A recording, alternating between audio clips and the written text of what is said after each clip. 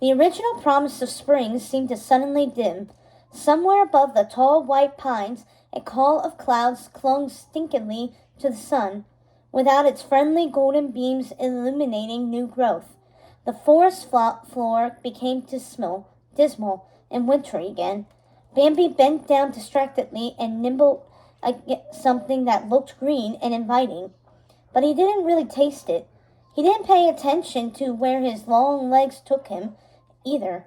Up a gradual slope, along a narrow path, hard packed through much use by the forest folk, and finally across the chattering stream in one half-hearted, desultory leap.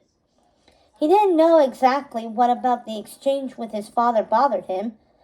Shouldn't he have been thrilled to be told he was going to be the next prince? Shouldn't he be proud and excited? The view from Chestnut Ledge was wide open with the underbrush not grown in yet. Bambi stepped out into the stony outcrop, his hooves making little clunk noises against the bare rock. A pebble he kicked tumbled over the side and down into the tops of trees nearly 20 feet below. From here, he could see the wide swath of the land that hugged the forest, the low meadows, the beaver swamp, the great river. Its grassy banks were still covered with the brown and golden stalks of reeds dead from the year before. To the north was a great pasture that eased into a valley where man came from, the place of hunters and dogs. They rested in the field with their fires and tents before following the deer with their guns. All of this belonged to the herd. All of it would be Bambi's domain if he became prince of the forest. With a start, he suddenly realized that this ledge was the place his father had appeared the year before, gazing out over the herd, eyes resting briefly on his young son. This was where he called to the herd in times of trouble. Standing there, Bambi felt childish, not regal and huge, not determined and thoughtful and wise. He was fast and uncertain, like a twig racing down a stream, ignorant of its path but adamant, giving itself to the current with wholehearted conviction, rumbling one end over the other as it bounced off rocks. Before he could stop himself, Bambi had sprung down, bouncing back and forth on the steep and narrow rocky ledges. He dove to the shadier side, careening through the trees as thoughts and seasons buffeted his mind. Where was his father, the great prince of the forest, when there was an emergency? Where did he spend his time? If the prince just stayed with the herd, couldn't he protect everyone better? Half protected? What good was a prince who was only a prince in times of disaster? Who would ever want to be prince anyway? All these thoughts whirled around in his mind. A light began to break through the chaos. Feline would know what to do. Feline was great at thinking through things like this. She could help him answer some of these questions. He turned, started to head toward the thickets where she rested. But she was busy answering her own questions, pregnant and sometimes exhausted, sometimes struck with strange whims that made sense to only her own certain self. How silly and annoying it would be for Bambi to interrupt her rest with quizzes and egotistical pondering about what it meant to be a prince. He changed directions. Instead of diving into the shadows of the forest, he was a taunting lightning bolt striking the edge of a clearing that would eventually be filled with bright purple blossoms. Violets first, then lupins, that would make little crowns across the sweet-smelling milkweed, the summer ending with a mounds of aster. "Oh, hello, Bambi." Flower was right where Bambi had known he would be, at the base of the tree where his wife had a den. His striped coat fairly sparkled in the sun, but in the shadows, when he sat still, he blended in with everything, becoming a shadow himself. "Flower," Bambi said, "I've just had some strange news. I'm going to be the great prince of the forest." The skunk shrugged and smiled. "Well, your father was prince. Isn't that how it works? I don't want to be Prince, Bambi stamped impatiently.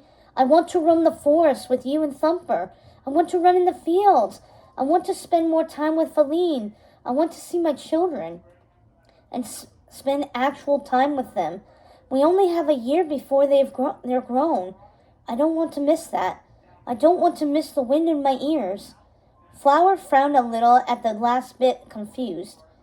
He thought hard for a moment, and despite what anyone might have said about the skunk, he did have good thoughts. It just took a little longer for them to occur to him than it did other animals.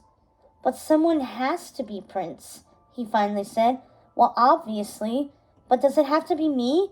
I think so, but I don't know. I'm not royalty or wise. Why don't we ask for an owl? He'll know for certain. Of course, Bambi cried. That's a brilliant idea. Let's get Thumper. We can all go together.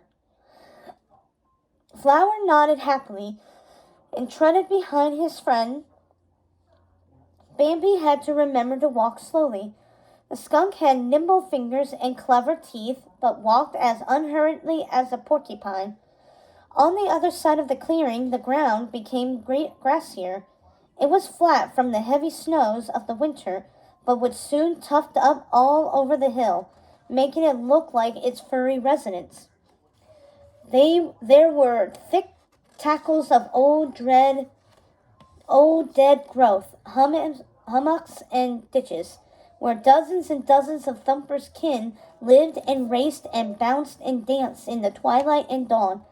Hey, Bambi said loudly, stomping his feet. Thump! Come out! Springing like nothing else Bambi could really think of. Even frogs didn't do this.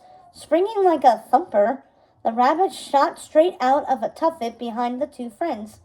He barely landed before springing up again and again, laughing in the warm sun that had come back out. Maybe like a springtail, Bambi thought. The tiny black insects that appeared in the purple shadow of snowy ditches, then jumped and disappeared like magic. Hey, you two, isn't it a glorious day? Thumper crowed. I'm going to have 6 children, I think, maybe 7. Do you want to go down and see what the beavers are doing? Sometimes it's fun to throw old crab apples at them. They work too hard. My wife is beautiful. Have you seen her ears? Thumper's twitter-patted hard, Flower said with a low whistle. Just like Friend Owl warned us. He's so madly in love with her. Bambi laughed. Actually, Thump, we're going to go see the old owl right now. Bambi doesn't want to be Prince, Flower whispered poorly behind his paw. Prince? Oh my gosh, that's right. Like father, like son. Prince! Thumper's eyes brightened even more, and his ears stood at attention. I know a prince. I have a prince for a friend. Wait, you don't want to be Prince? I don't know the first thing about it, and there are other things to do, Bambi said a little primly. Huh. Thumper looked at him for a moment. Really looked at him, going completely still in the way that rabbits did, all the way down even to his thumping foot. I'd want to be Prince if it was offered. No one asks rabbits, though. They're too small, Flower pointed out reasonably. The 3 friends strolled side by side, deep into the woods. And for those few moments, all was perfect. A warm breeze blew, that somehow smell of the sun. Stone flies, the first real insects of the year, delicately hovered and sparkled in drifts of sunlight like magic. Everything seemed right and true in the world, peaceful. When they came to the giant beech tree where Friend Owl slept, Thumper marched right up to it and turned around, choosing to thump on the wood soundly with his right hind leg instead of politely knocking. Unhappy screech owl noises soon came from high up in the tree. A single brown feather floated down, rocking slowly back and forth. It was accompanied by murmurs, groans, and irritated-sounding whistles. Bambi smiled, and then wondered. The owl could be silent when he wished, when he hunted. He didn't need to make these noises. Were they only for his visitor's benefit? They certainly made a rabbit feel comfortable enough to wake him. Look, it's just for an owl, grumpy and chatty and complainy. Bambi frowned. What a strange and new thought. On feathers as noiseless as the still air on a hot summer day, the owl reluctantly descended to a lower branch, muttering to himself, It's the middle of the day. What nefarious business are you three up to? He closed one eye and squinted, peering down at the three mammals below as if he were nearsighted. But he wasn't really. Bambi's got some questions about being prince, Thumper called up. He doesn't want to be, Flower added shyly. Prince, I mean. Doesn't want to be prince? The owl demanded, jumping and flapping his feathers. But your father is the prince, and his father before him, and his father before him. And someone else can be now, Bambi said easily. Why is it just because I'm his son that makes me prince? Some would question your sanity, son, the owl muttered. Who doesn't want to be prince? Me. What does being prince even mean? Flower asked dreamily. You got a crown, Thumper pointed out, twitching his ears at Bambi's rack. Every buck has a crown, his friend retorted. You should see Rono's, Flower said without thinking. It's a beaut. Thumper thumped him. Flower tumbled prettily over, gloriously furry tail arcing overhead. He giggled. Without a prince, who is going to protect the herd? The owl demanded. Ever thought about that, laddie? Who will scent man when he comes with his guns in the fire, when the acorns fall and the leaves of the swamp maple turn red? Wait, Bambi interrupted. When the acorns fall, like every time the acorns fall? Well, yes, Bambi. So the hunters come every year at the same time? Is there something wrong with your hearing? The owl asked grumpily. Yes, boy, every year, every fall, like a plague. Did my mother know this? I don't know if your mother knew it. Maybe she did. Your father does. He's the prince. The owl shrugged, as if this explained everything. I didn't know it, Flower said. My folks always run and hide whenever anything's weird, or there's man around, Thumper said. Every season, any season. Flower, nobody hunts skunks, you daft thing, the owl said impatiently. And Thumper, you're fair game year-round. Running and hiding is always a good idea for your folk. Wait, Bambi said, tossing his head, feeling the weight of his rack as its tips clawed the air. How do you know all this? That no one eats skunks, and when the hunters hunt, and who they hunt?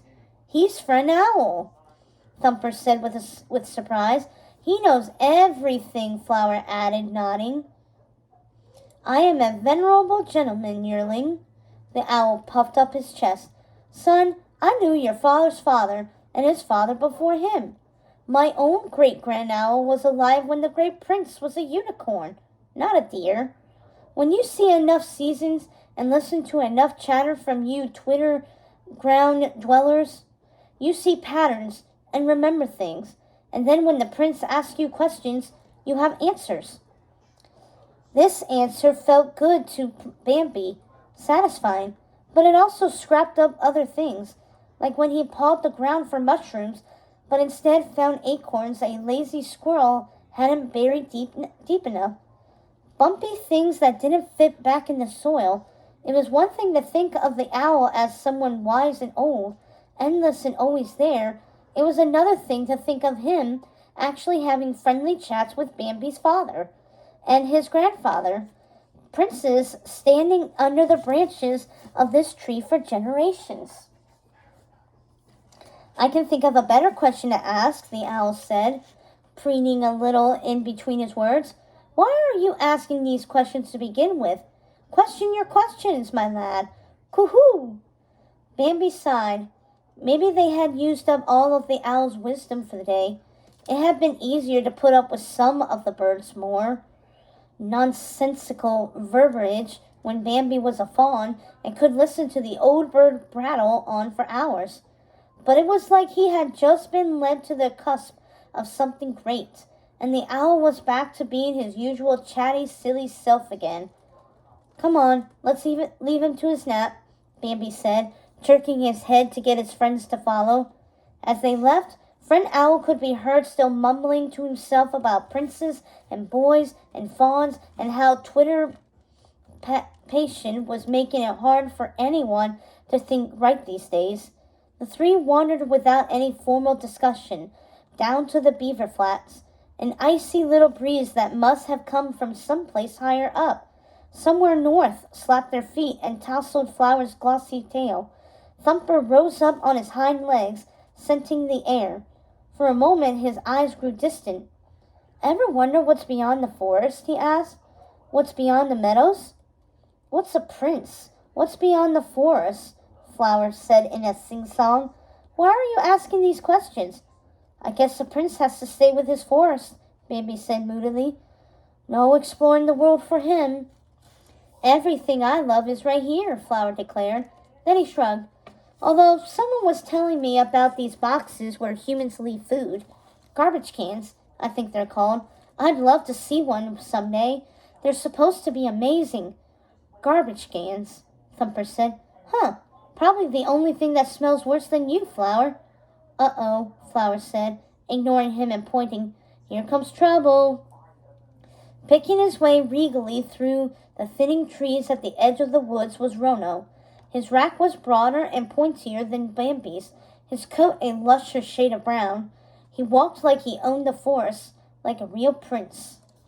He saw the three of them and smirked. "Aw, are the little play friends hanging out again? It's spring, Bambi.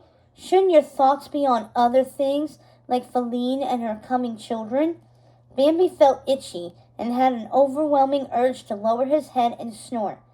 Handsome and imposing the other buck's rack might be, but Bambi had already bested him once. That time it was to win Feline. Here he would be winning nothing beyond dominance over the other deer, which would make it look like he was being a prince, he supposed, if anyone was watching. "My thoughts are on many things. The forest is large," he said instead, turning to go. "Huh?"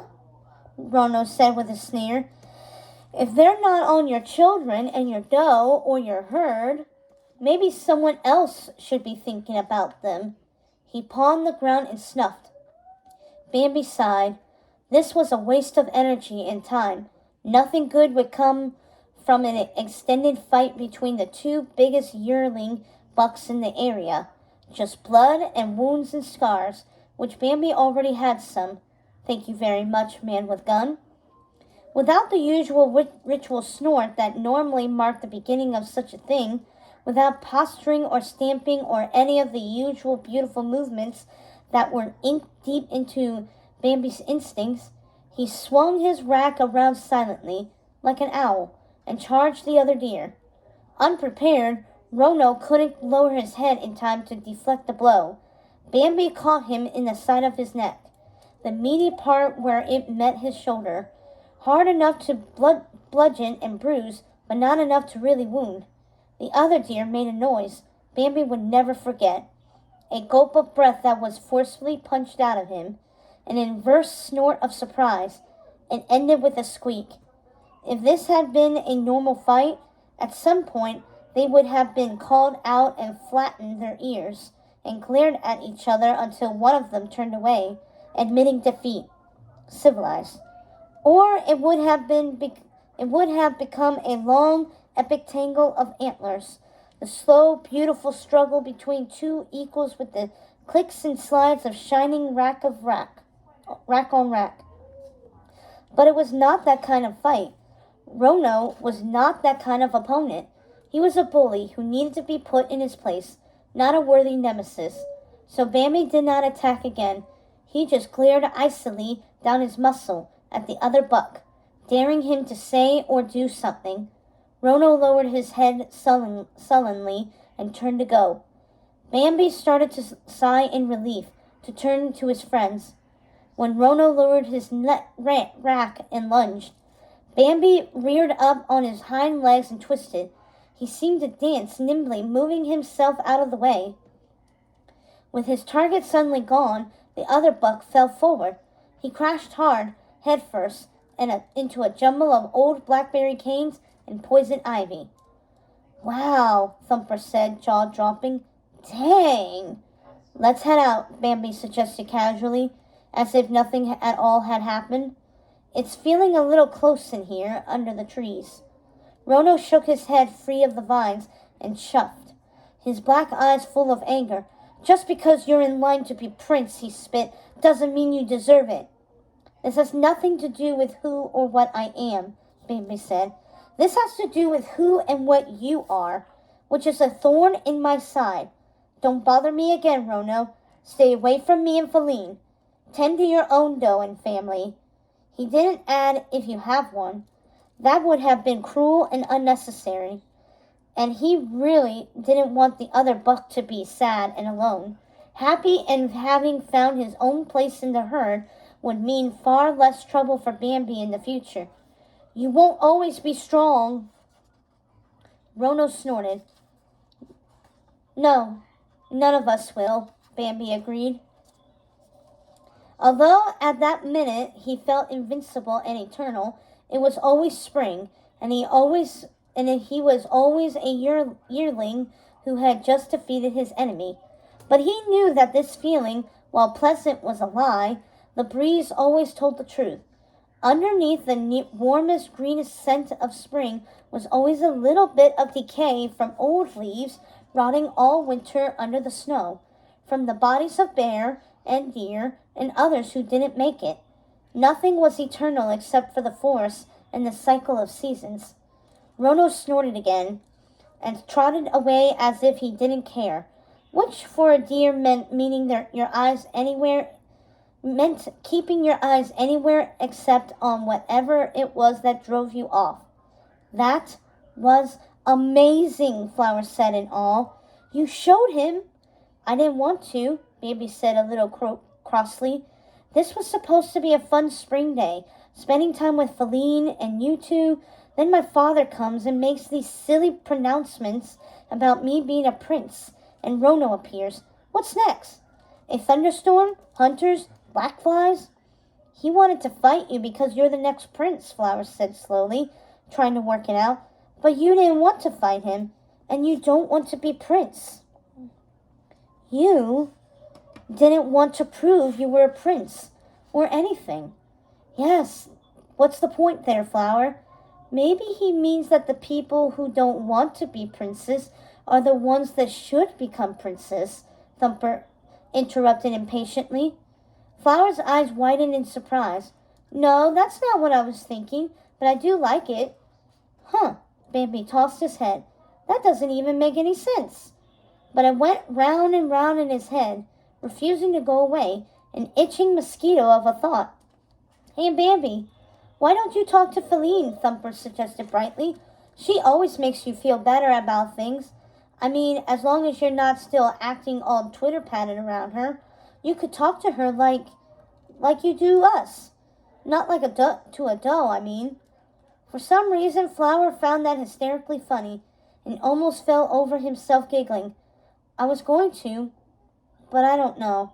I don't want to disturb her, Bambi admitted. Nah, I think Feline would love to help you, Thumper said, shaking his head. She probably won't love you not talking to her about this important stuff. You being prince affects her too, you know. I hadn't thought of that. You're absolutely right, Thumb. I'm so jumbled up and just thinking of myself today. I'm a mess. We'll walk you to the edge of the thicket, Flower offered, recovered from his giggles and grooming the twigs out of his fur. We can always visit the beavers tomorrow. It's a deal, Bambi said with a smile. Thanks, guys. You're the best friends. Aww, Flower said, holding his tail and blushing a little. The sun was soft and warm, and there was a slow peacefulness to the afternoon, like the rest before the furious growing of spring began again. Thumper paused to nibble a blossom. Flower admired a slow, buzzing, fuzzy bee for a moment before casually popping it into his mouth.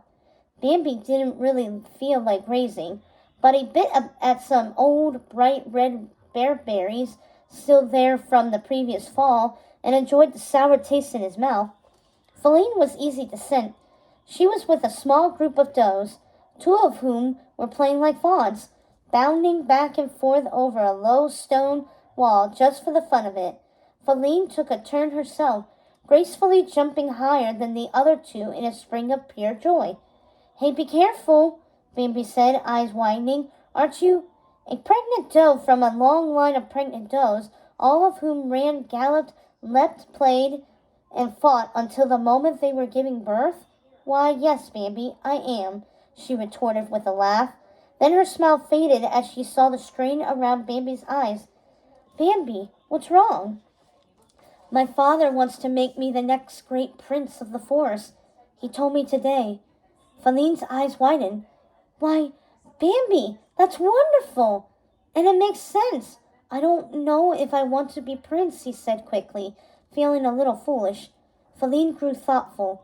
She flicked her ears. The other two does wandered off as if they suddenly had something else to do. "Seems like if anyone should be the prince of the forest, it should be you," Bambi said wryly. "You already have your own herd." "As do you," she said, nodding at Flower and Thumper, who were also disappearing into the shadows. "They're not deer." "Yes, most of the residents of the forest aren't," Feline noted blithely. "What's wrong with you, Bambi? You're grumpy about a marvelous thing. And how could you be in a bad mood at all on such a beautiful day? Just look around." In the space of a breath, she was leaping again, bounding away through the woods. She tossed her head back at Bambi and laughed. He sprang after her. The two deer ran for the sheer joy of running, flashes of sunlight gleaming on their flanks and their white tails, the otherwise invisible and dark shapes moving at unbelievable speed through the forest. Smaller animals dashed and dipped out of their way. A still sleepy bear, the only creature in the forest close to them in size, watched them go and wondered at the calories they were expending for no reason. Small foraging flocks of birds exploded up out of trees as they passed. Chickadees and nuthatches and nitmice exclaiming in irritation and amusement. By the time they reached the meadows, Bambi had easily caught up, but he let her stop first, slowing himself as if she had won. She didn't even notice. "I'm so happy," Feline said, panting. "But do you feel any better?" "I do," Bambi admitted. "I always do when I'm with you. It doesn't change things, though. I just don't want to be prince. Not now, anyway. Maybe not ever. Who knows?" Feline looked thoughtful. "But what does prince mean?" "Oh, now you sound like Flower." "What a clever little skunk, then. But listen, Bambi, you can't say you don't want to be something until you know exactly what you think that something is. So what is that you think Great Prince of the Forest means?" "It means acting all high and mighty," Bambi said in exasperation. "It means only showing up in the most dire times and, yes, helping, but never being around for anything else. Like just swooping in and being the savior. It means walking around all slow and snooty and dispensing wisdom without being asked and holding your rack up and only getting involved when it's really necessary." "Is that what a prince is?" Feline asked pointedly. "Or is that what your father is to you?" "But he is the prince. They're the same." "No, he's a prince. There was one before him, and there will be one after him. I don't know what your grandfather was like. Maybe you should ask someone. If Rono beat you and drove you out of the forest, I know what kind of a prince he would be. But nothing. She was right. He had never thought of it that way before. Prince and father were all tangled up together in his head. But there were other things, too. He's all alone." He didn't specify whether he meant his father or the prince. "Maybe he likes being alone," Feline said gently. "Maybe what you're thinking of as aloof is just that, him wanting to be alone. Or maybe he is a snob. Who knows? But you're not like that. You have friends. one who aren't even deer. I have a Phoebe friend, you know. He'll sit on a branch above me and twitter and talk the day through, or just perch quietly, catching bugs and being with me. I wouldn't stop being friends with him if I became a prince or anything else. So if you were a prince, by definition, you would be a prince with friends, just like being a deer with friends. And isn't that better anyway? If you're prince of the whole forest, doesn't that mean looking after everyone, not just deer? Bambi was silent, and Feline too fell silent, seeing that he was thinking about what she had said. Feline, Bambi said after a long moment, you should be prince. You're wiser than I am, and more patient too.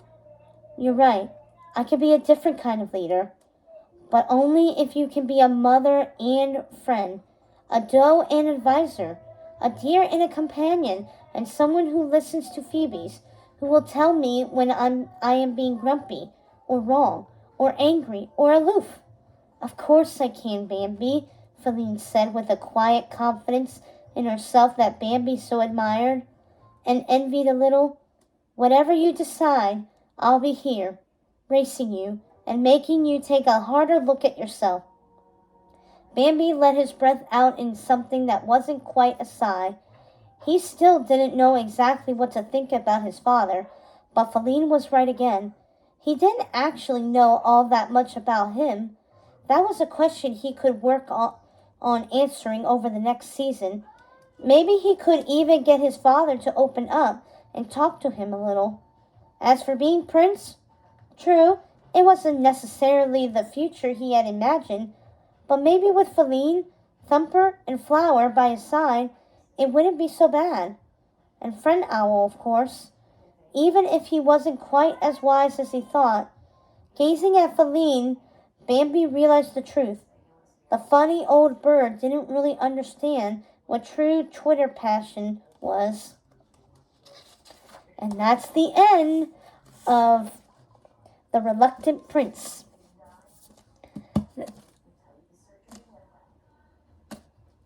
Honestly, that was pretty nice. That's all I gotta say. It just left me completely speechless. Like, I can see what he's talking about. Like, does anybody really want to be like their parents? I mean, you could choose to be like them or be someone completely different from them. You never know. Well, again, thank you again for joining me for the Twisted Anthology. Another Twisted Anthology story. I hope I see you next time on another Twisted Tale story. And who knows, maybe there will be other stories that I'll be reading in the future. See you real soon.